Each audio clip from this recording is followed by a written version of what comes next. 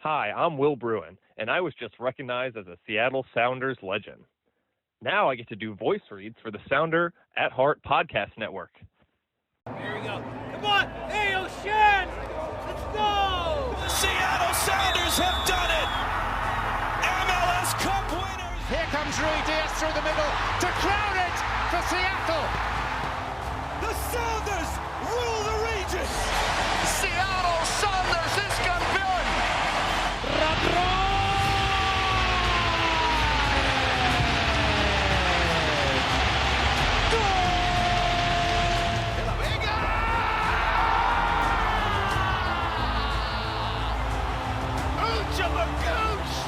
All creatures great and small! ¡No me pongo de pie! ¡De rodillas! You know, what was the thought process in terms of who you decided to use and who you didn't? Ever since Sounders at Heart wrote a commentary that we didn't take Come seriously.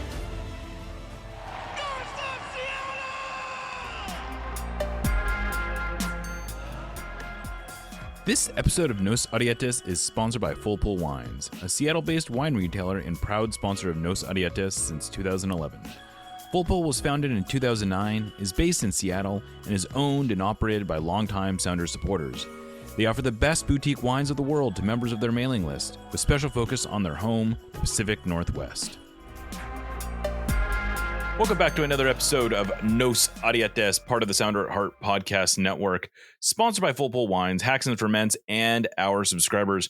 We're recording on Tuesday, October 14th. I am your host, Jeremiah Shan. Today, I am joined by Aaron Campo and our engineer, Lickett. This is going to be a little bit of a different show. We have the RSL game to discuss a little bit. We have Cristian Roldan's performance to talk a little bit about. He just had a kind of a breakout performance for the U.S. national team. But really what I wanted to get into, Aaron, we may as well just start right here, is this is kind of an amazing week, kind of an amazing period that we're in with Seattle sports. And we were talking about this in the press box the other day. And I just kind of wanted to get your perspective as someone who is really a Seattle sports fan, more than I am, I have to admit. Really am. I'm a Sounders fan. I have found myself lately rooting for the Mariners, and that's sort of what this is about. But this has been it's got to be kind of a surreal place for you to be. I mean, I know you as a long-suffering Mariners fan, and I realize this is not a Mariners podcast, but this feels like a special moment, and it feels worth addressing. The Mariners are up 2-0 in the ALCS. They're coming home for 3 games against the Blue Jays. This has got to be a little surreal, right? It is. I mean, I don't know if people know how big of a Mariners fan I used to be. I don't know, if that's a thing we've ever talked about on here. But for years, the Mariners were number one team I cared about the most, far, far and away. They were the first team that I felt any connection to after my family moved out here. I grew up as a sort of nominally a Cardinals fan. Didn't grow up as, but that was kind of who my family rooted for. And the only team I really cared about was Memphis State at that time. And the Mariners were not very good when we first got here, and then the '95 run happened, and I became a huge fan, and I was obsessed with them for years. And then about, I want to say it was 2007. 2008 would have been 2008 actually, because 2007 was actually a pretty good year if I remember correctly. Whatever year the wheels fell off the Jack Zurendzik team, I just said I can't do this shit anymore, man. I can't. I watched 150 games a year for years, and that was a lot of extremely bad baseball. And I just said I don't know why I'm doing this to myself. And so the Mariners became less important to me. But I think that anybody that has been a fan of a team for this long, understands that it never really goes away, And so over the last few years, I've definitely gotten back into the Mariners, not to the degree that I used to be, because I'm not in my 20s. I have shit I have to do, so I can't watch 150 games a year anymore. But it feels surreal. It is definitely a waiting for the other shoe to drop kind of situation. And the Sounders were the beneficiary of me falling a little bit out of love with the Mariners all those years ago, because they were new on the scene right after that. They were good. They were competent. They were everything the Mariners had not been for so long. And, the 2014 year was pretty great. The Seahawks won the Super Bowl. The Sounders won the Supporter Shield. But the Seahawks were always, like, of the Seattle teams, the one that I was the most of a bandwagon fan of.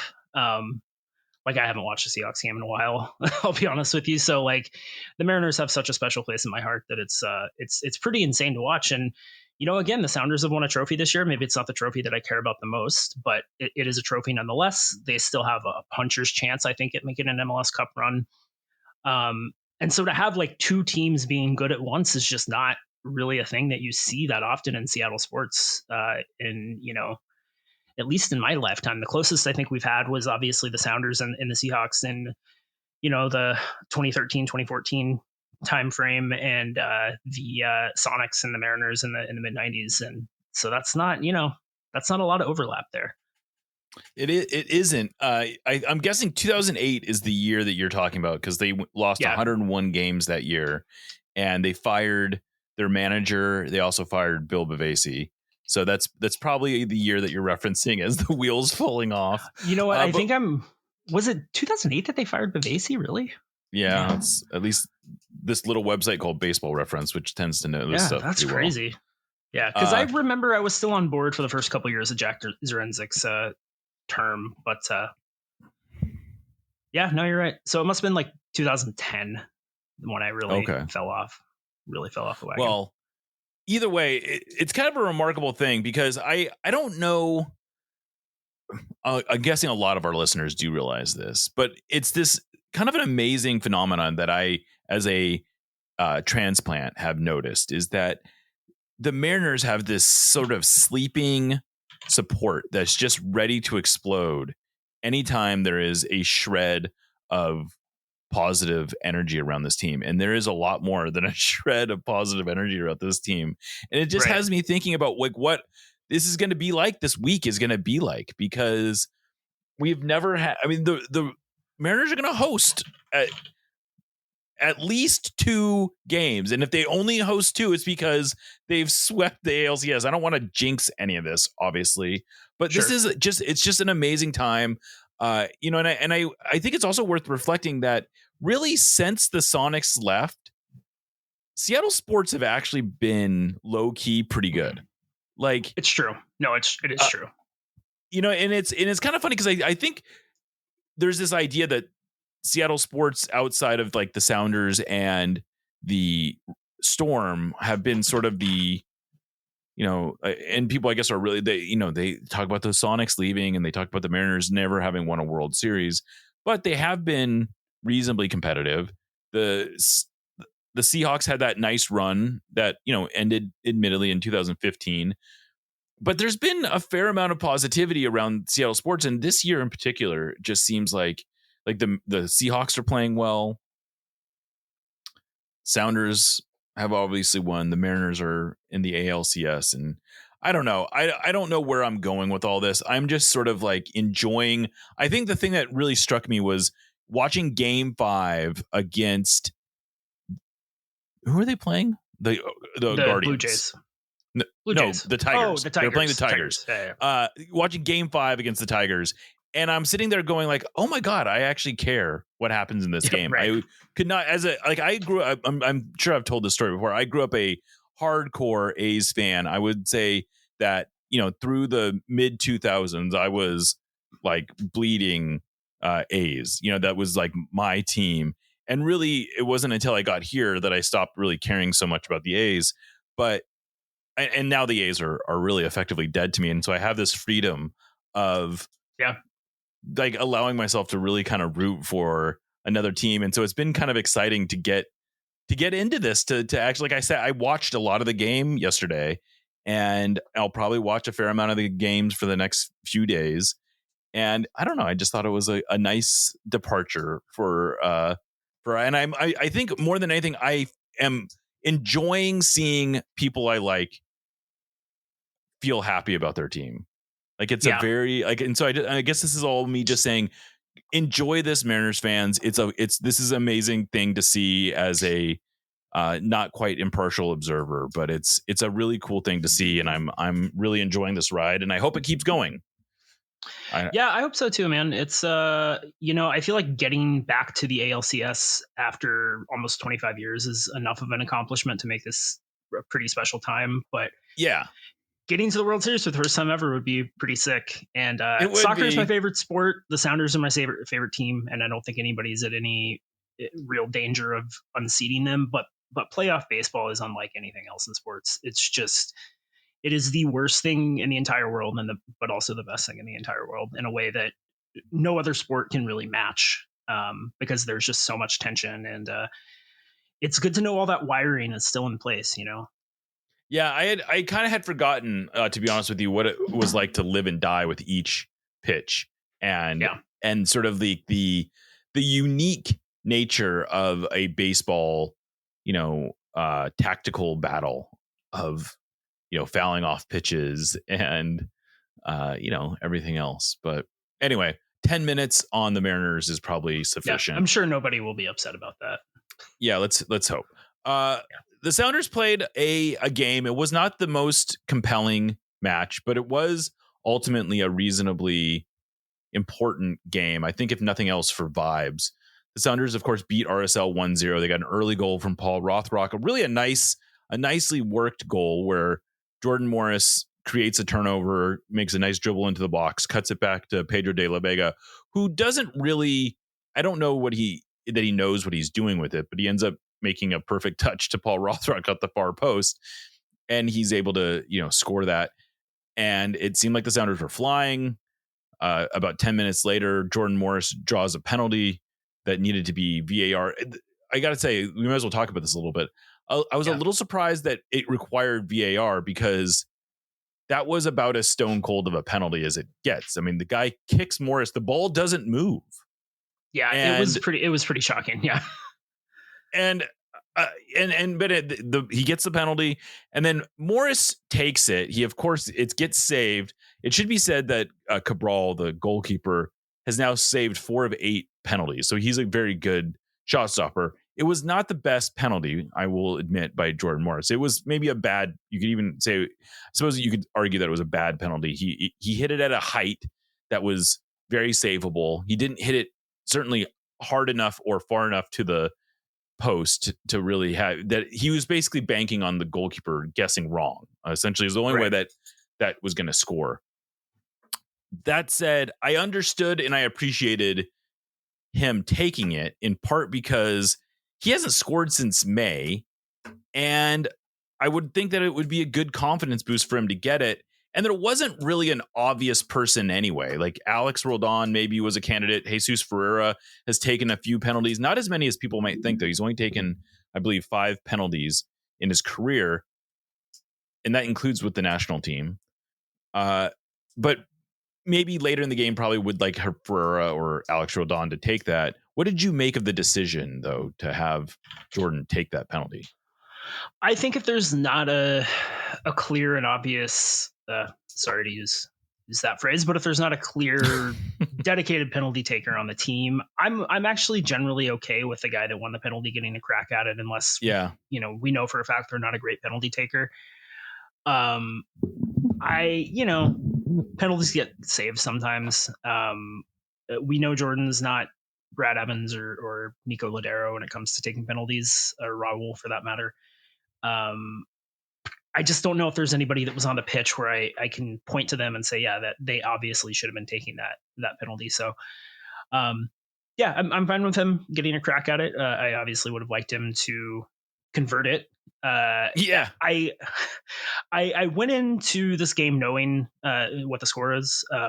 During the game, my wife and I were out to dinner. Shout out to Gran on 6th Ave in Tacoma, one of the best restaurants in the Puget Sound region. That is not sponsored content. I just really like it. But so I knew going in to watching the game what had happened, and it doesn't kick you in the gut the same way when stuff like that happens in the game. But it was still pretty annoying, to see. Yeah, what it would have really probably put the game away. It would have. And I wouldn't go so far as to say it was a bad penalty take. I think if you put it on frame, unless you squib it, right? I'm not going to call it bad necessarily, but it was certainly mediocre. And, I want better than mediocre from the guy taking the penalty.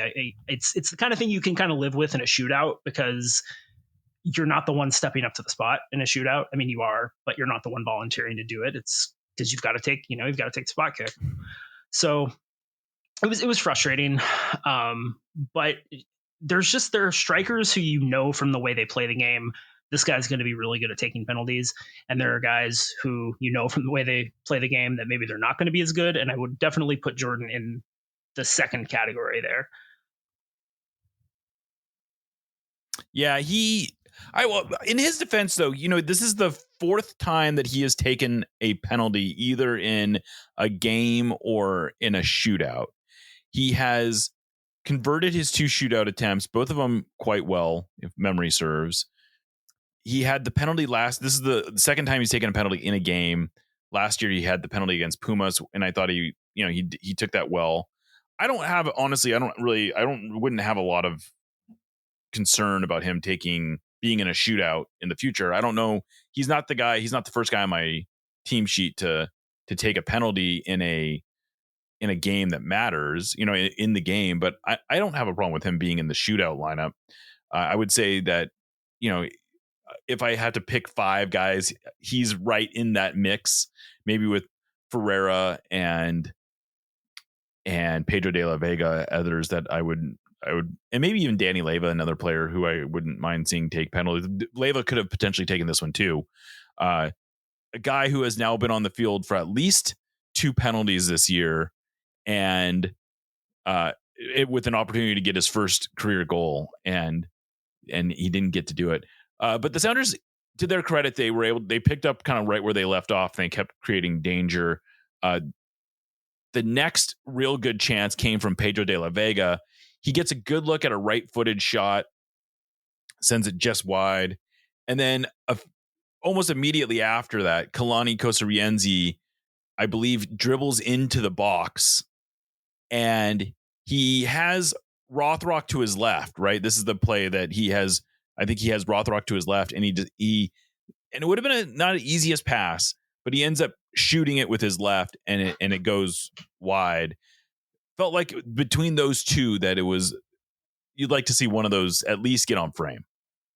You would, yeah. It definitely felt in that period of time, I'd say roughly like 10 minutes after the missed penalty, that it felt like the Sounders were kind of like trying to get that goal back almost, and pressing a little hard in situations where I think that some slightly more heads up, or I hate to use the term selfish, but people know what I mean, less selfish play, probably would have given them a chance at some better results, and would have made the game a little less nerve-wracking, because same as with the penalty, I feel like if they got a second before RSL got their first, it was probably lights out. Yeah. And for the first 30 or so minutes, the Sounders were kind of on top of RSL. Yeah, their press was working really good. They were sort of set up that one of the changes for this game, I guess we should state this. The Sounders were missing ostensibly 11 players, but they were missing 5 genuine starters from this game. Right. Yamar was out. Kim Keehee was out. Obed Vargas, Cristian Roldan. Who am I missing? Snyder Brunel. Yeah. Reed Baker Whiting. These are key players. Georgie. Yeah. I mean, these are all players who you would expect to be playing a role in this game. And they ended up starting in sort of a hybrid 3-4-2-1, 4-2-3-1, 3-4-3, depending on what part of the phase of play they're in. But they were pressing out of a 3-4-3, and it was working really well. Like they were giving RSL really all they could handle. And it was good to see, because that's one of the things that I think we've seen wane in the post Leagues Cup, is that their repress has not really been as effective as it had been before that. Yeah, I totally agree. This felt a little bit more like that team, that the Leagues Cup team, that knew what their identity was and felt confident enough to carry out their game plan. I think some of that has been players getting healthy and having to reintegrate into the team, and maybe they've had to change the way they were doing things a little bit. This felt like the first game where Jordan and the rest of the guys were really in sync. I thought Jesus looked great at the 10. I mean, I don't want Rusnak moving back a line necessarily, but he and Jordan felt like they had really good chemistry in this game. Jesus made several just sort of mouthwatering kind of passes. Yes, he did. But it did feel like they were able to consistently start attacks in dangerous positions because they were pressing hard. And one of the things that we talked about much earlier in the season, much earlier, back when things looked quite a bit more dire, was the Sounders were pressing fairly effectively, but they weren't doing anything with those opportunities that they were creating. And I think that has been kind of the case over, the last month to 6 weeks or so, where it's not that they're not pressing, it's not that they're not pressing effectively, but that decisiveness when they get the ball just wasn't there as much. And I don't think they had been pressing quite as effectively either. I will say that, but I think it was a combination of the two. And in this game, they felt really crisp. They felt decisive. And it was nice to see that again against a team, in RSL that has given them some trouble over the last couple of years. Never an easy out, as they say. No, definitely not. Definitely not. And so the Sounders get it to halftime, and I would like to think that I think they probably felt pretty good about things. They were out shooting RSL 10-4. RSL did not really generate any genuine chances. The Sounders had an expected goal of 1.85. A lot of it came from the penalty and the goal they actually scored, but they were generating chances, and they were looking like the team that was more likely to win. And the most encouraging thing I thought was probably the play of João Paulo and Danny Leyva in the central midfield. This is a pairing who we haven't seen since spring, essentially. Like, this is they may have played together. I think May has maybe been the last. I think they played against LAFC maybe in May, but they have not played together much at all, in part because João Paulo has been hurt a lot of the time. This was his first start since May, I believe. And this is and I think it was the first time in 4 months that he'd even played more than 30 minutes. And João Paulo looked good. I thought that was a really genuinely good development, that they can still get quality minutes out of João Paulo. Alex Roldan deputized again as a center back. He looked good there. John Bell looked good. Danny Leyva looked sharp. He looked good. All the reserve, Kalani Kosarienzi looked solid. Everyone that you sort of maybe had questions about, I thought was doing the job that you wanted them to do. Yeah, I think to get a clean sheet against Portland obviously was step one, right? Getting a clean sheet against RSL with this group of players is a pretty nice step to feeling confident going into the playoffs, that you can grind out these games. I mean, that's one of the things we've been talking about over the past 6 weeks or so, is the Sounders were a team that we felt pretty confident going into the playoffs last year, that could grind out these results, that could get these 1-0s, and they didn't look like that team as much this year. But in this last few games, albeit they're at home, they're against teams that aren't necessarily offensive dynamos, but the Sounders have not faced a ton of threat. I mean, I don't know offhand what the XG against Portland was, but against RSL, it was less than one goal. They had a pretty decent XG. I think it was 2.1 against our. The Portland's XG and RSL's XG. So talking about the defensive side, right? So between those two games, Portland had points. Both of them actually had 0.6. Yeah, so pretty good. You can live with that, I think, compared to what the Sounders had been doing defensively for, prior to that. And I think that's just really important to show that they can get back into playing defense that good. And hopefully that'll give them some confidence going into the playoffs, because it was definitely the thing I was the most worried about was, hey, this team is going to have to play a lot of games on the road and their defense just does not look super solid. I think it's looked extremely solid in the last couple of games. Yeah, the road form is definitely their biggest concern, I would say, at this point. But so the second half starts and RSL makes one change. They bring in Willie Agata, and frankly, there's still not much has changed in terms of RSL's ability to generate chances. They still, they're getting a little bit more dangerous, but the Sounders' chances are sort of starting to dry up a little bit until they get a really nice chance in the 70th minute where I believe it's Jesus Ferreira, plays a ball into Paul Rothrock, who takes it off his chest, hits it first time, and it goes just wide. That felt like maybe the chance to break it open. But then they get another good look. This again, Ferreira puts in a absolutely gorgeous kind of blind ball that plays Morris in this, I believe in like the 79th minute. He takes a dribble. He has Rothrock running. He just taps, kind of like makes an easy pass over to Rothrock. Rothrock converts it. Big sigh of relief. Sounders are going to win this thing. All's great. Then the flag goes up. And yes, it does turn out that Morris was a little late in getting onside. And what's annoying about that one is that he would have scored that. I mean, he would have been able to win that even if he had gotten onside. Like he did not get himself an advantage by standing in an offside position there. Right. And that's sort of the most frustrating offside you can get. It's not that he was going early or anything like that. He just never really got onside. Yeah, it's frustrating. I think it was you actually that said this in the Discord about the pass came so completely out of nowhere that it seems like he didn't have time to adjust to how good of a pass it was. I think that was probably the problem. Yeah, which is, I guess if there's going to be a cause to being offside, that's not the worst one in the world. But there were a lot of moments like that in this game where it felt like they were so close to clicking.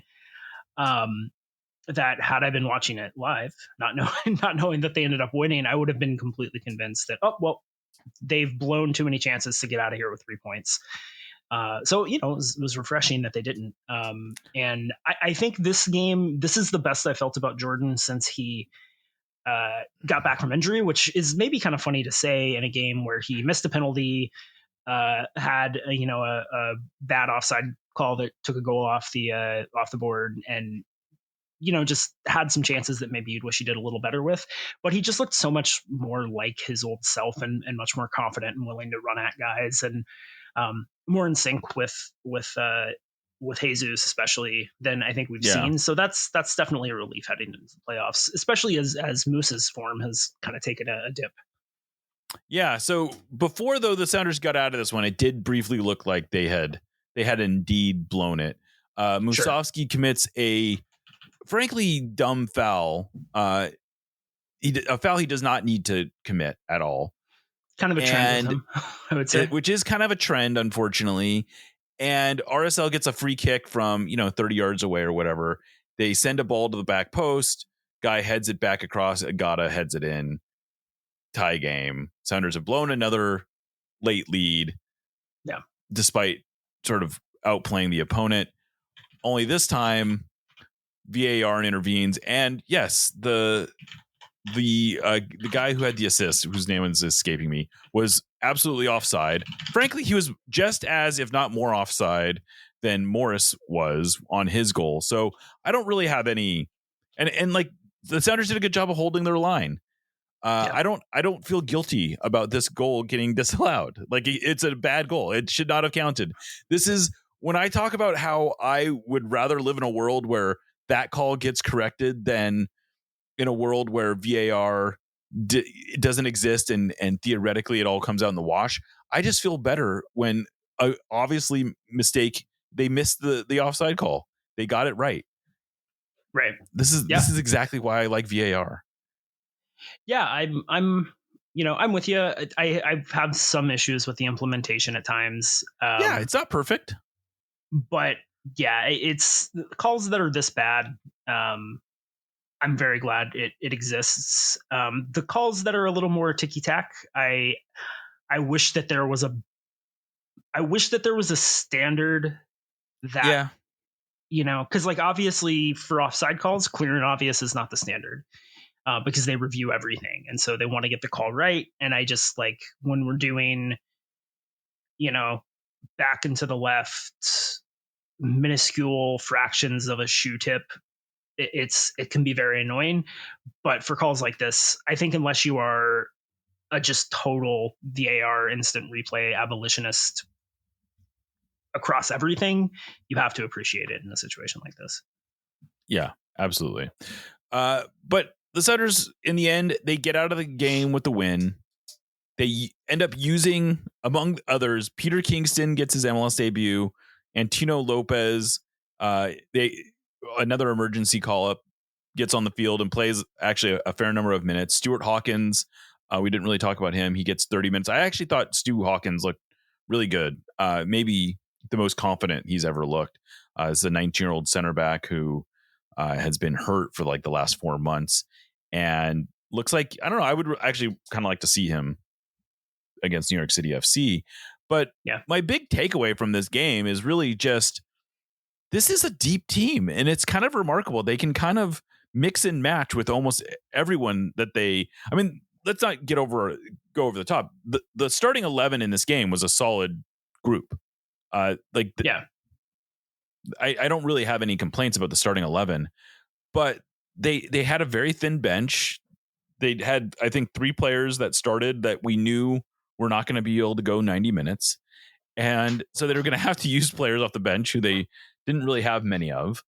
But I think this was just a good table setter for going into the playoffs. They're now at 52 points. They have a couple wins since the League's Cup. They're not flying into this thing, but their defensive issues seem to have been mostly solved. They are playing with some confidence. I feel mostly good after this game. Yeah, I think so. I think that in a weird way, as much as you would like to see them throttle Portland, and as much as you would maybe feel a little better about them, beating RSL 4-1 or something like that, seeing the proof of concept of, no, this team can grind out 1-0 wins if they have to. They can do that. They're going to be playing better teams in the playoffs, although Minnesota is certainly not likely to score more goals than Portland or RSL, I would wager. But if they get past Minnesota, obviously they're going to have to deal with teams that know how to attack. So it's not the same level that they're going to have to get to if they're going to get out of the playoffs and get to a final. But I feel a lot less resigned to an early exit than I did maybe 2 or 3 weeks ago, I guess.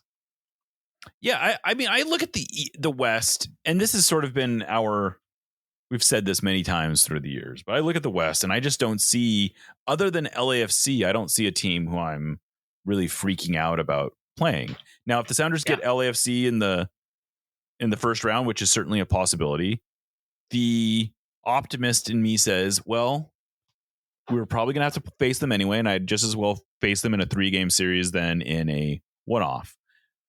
I would rather put off playing them, though, as long as possible. And so I think the Sounders pretty clearly would most like to play Minnesota United.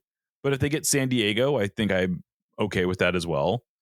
If they can just if LAFC can just win their season finale and make it easy on us, that would be great, because they'll finish second or third. Yeah. And we don't have to worry about them. Yeah, I think the thing with LAFC for me is that I think the Sounders over 3 can beat Minnesota, San Diego, Vancouver. I really think that. I don't think that they would be the favorites, I think, especially against Vancouver. That's a tough ask. I don't think they can beat LAFC over 3. I just don't. I just think LAFC is too good right now. But I think anybody can beat anybody in one game.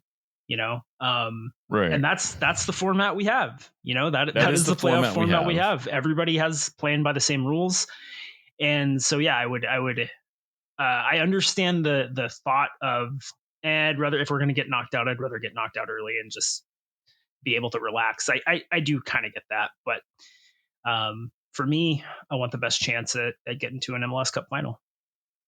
I do too, and we'll have.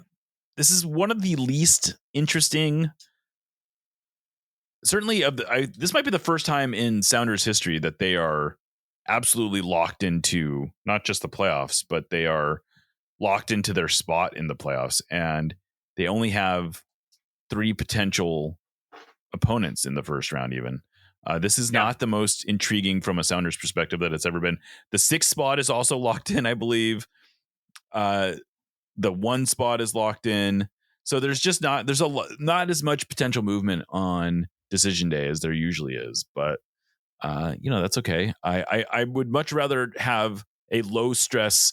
I'm glad that the Sounders are going to play at New York City FC without anything on the line. Like, that suits me just fine. Yeah, it does make it interesting of like, what do you do with this game? Do you use it to really dial in your tactics for the playoffs? Or do you say, we're just going to put as many guys as we can in bubble wrap, give the kids a chance, and whatever happens, happens? I think it's going to be a balance. Cristian tonight played, Cristian Roldan played in these 2 games with the U.S. national team. He played 100 minutes. Yeah.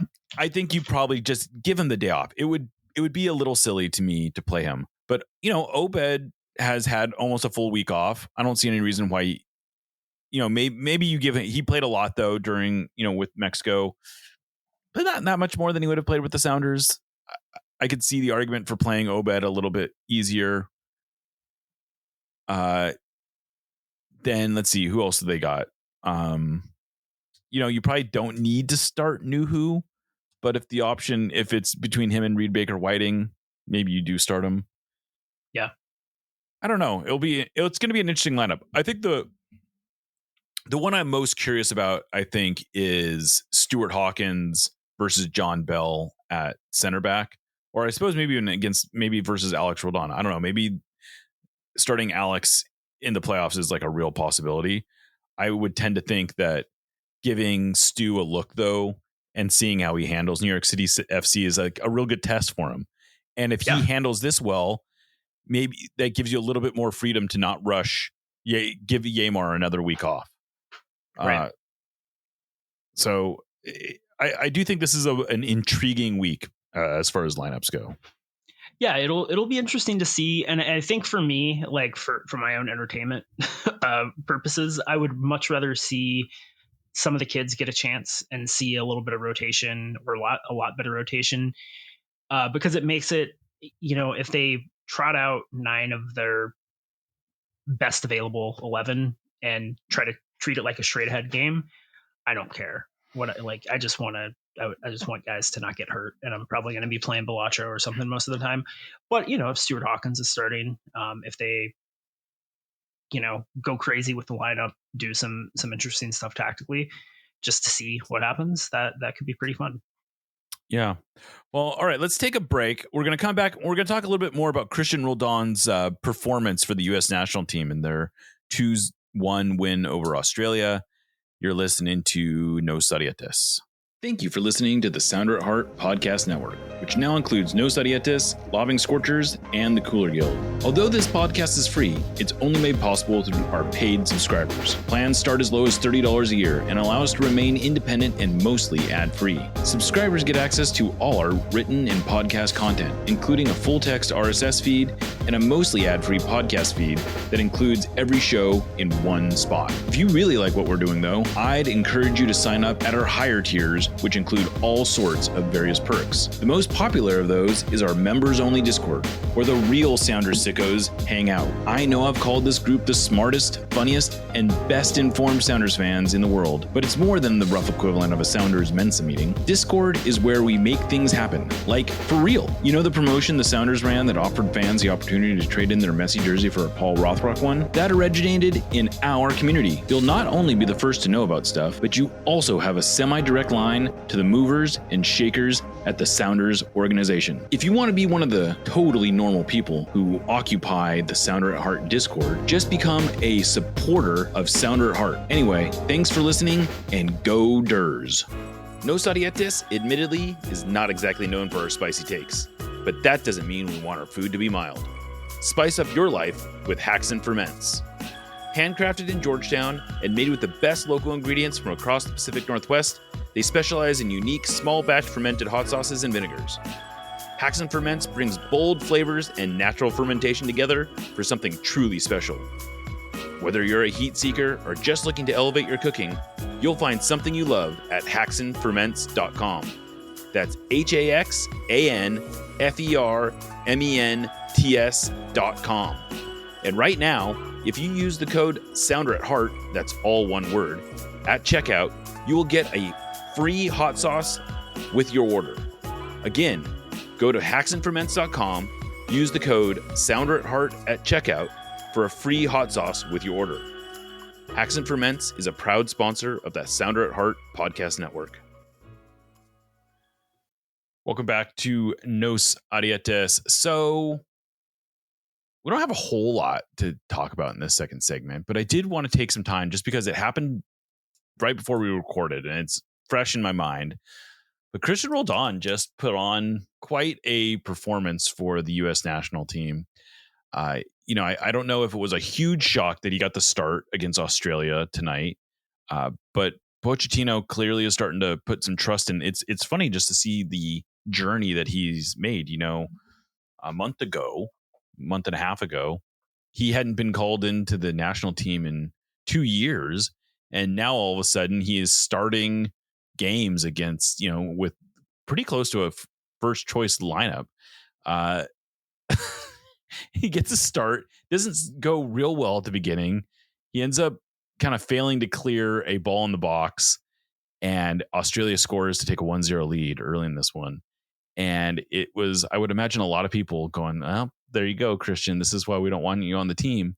But then 15 minutes later, he sort of shrugs off a tackle, puts in this gorgeous ball to Haji Wright, who finishes and it equalizes. And then in the second half, there's a foul sort of on the U.S. side of the field, and Roldan picks up his head and sees Wright making this run. He sends a gorgeous ball over the top. Wright makes a nice move and then finishes, and all of a sudden, the U.S. it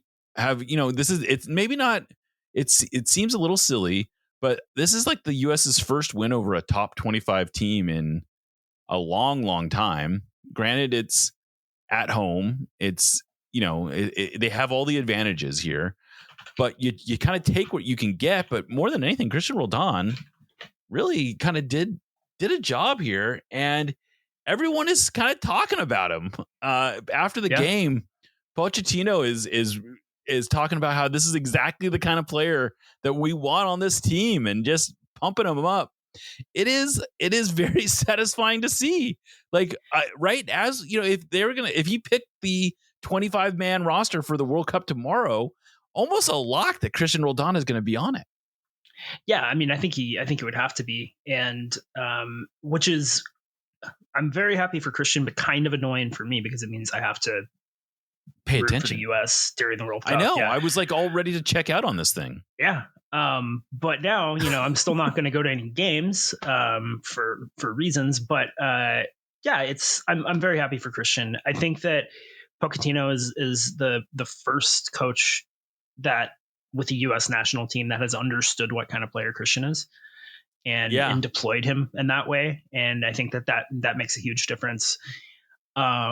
Obviously, the guys that we all know and love are never going to budge. I think a lot of them have already started being a little bit revisionist about this game even, but who cares? They're morons, and what they think doesn't matter, and it never has, and it never will. And I'm just happy for Cristian. He took advantage of this opportunity that, I remember us having a conversation when there was a squad that came out a little while ago that would have been 3 or 4 months ago, I think, that, was supposedly, if you're not in this squad and you haven't been in any of the squads recently, you're just completely out of contention for the World Cup. And neither Cristian nor Reagan were on it. And it seemed crazy to us that neither of those guys made it.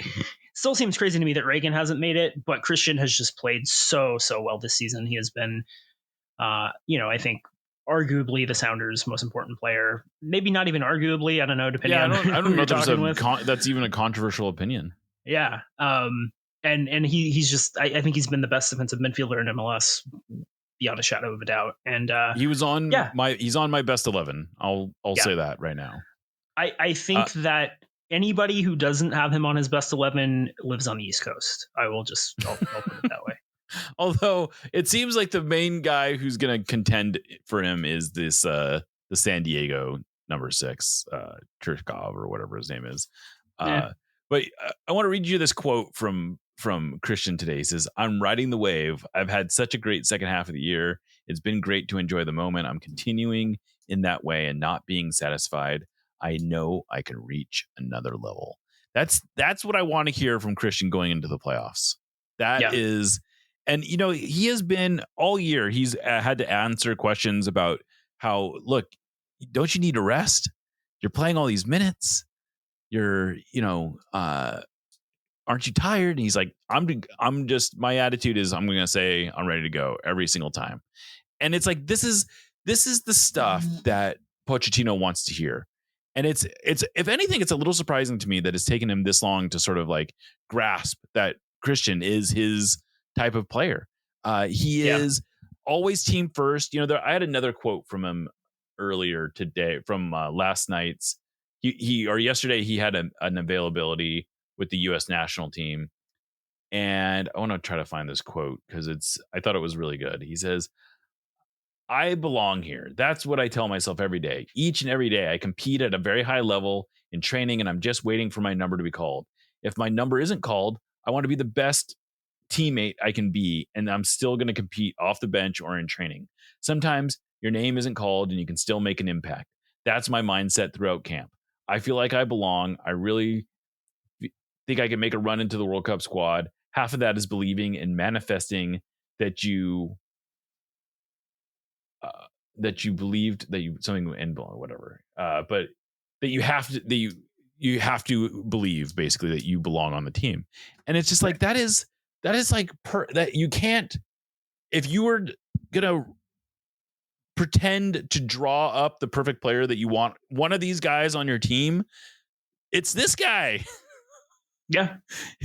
I mean, even if the joke about him being on the last World Cup squad was, oh, he's the mascot, he's the locker room guy or whatever. But like, you do need to have guys that instill that attitude into a team of, frankly, a bunch of jaded little crybaby. I'll just stop saying what I feel about them there. This is a super unlikable team full of guys who think they are entitled to success and entitled to their place on the team.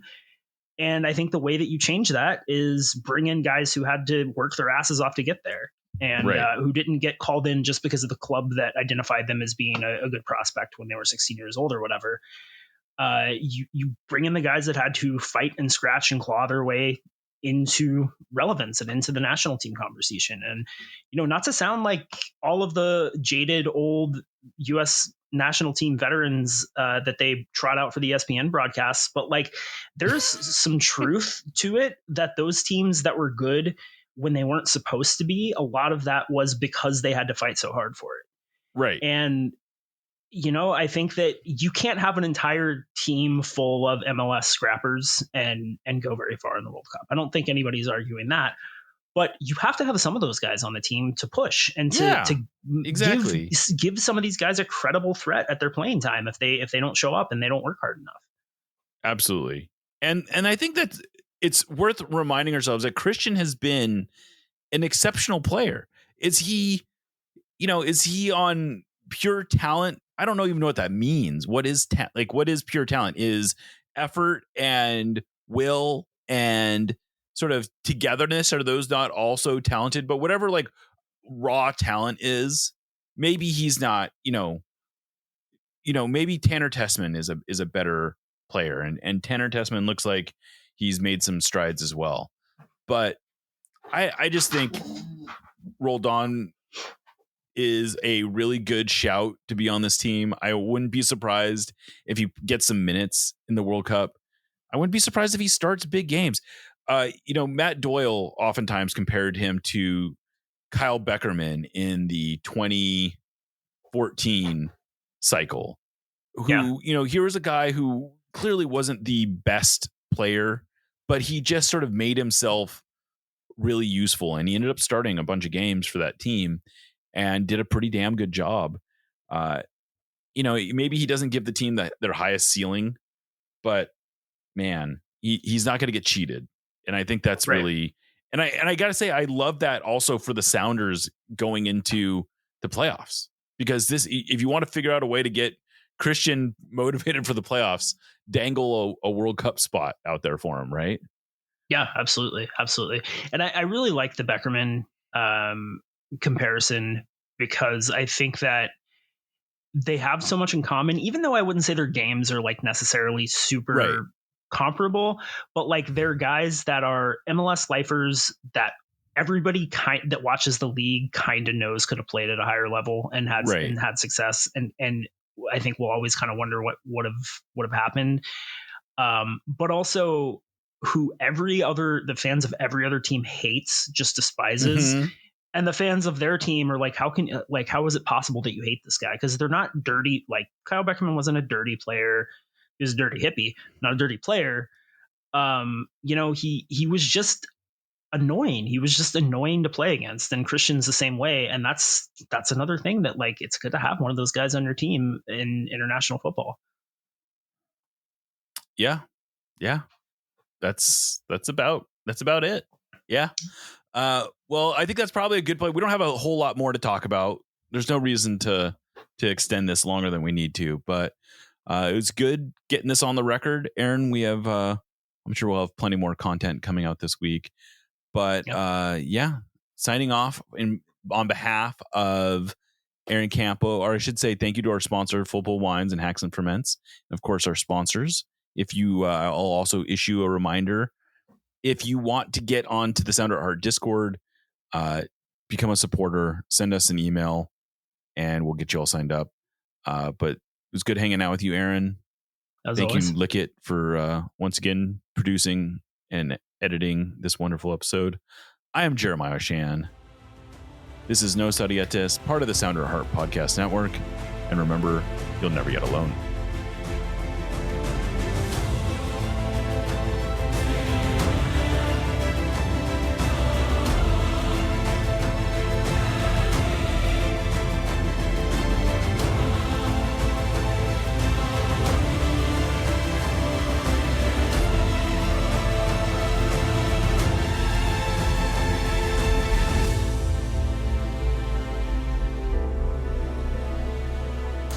Let's go Sounders.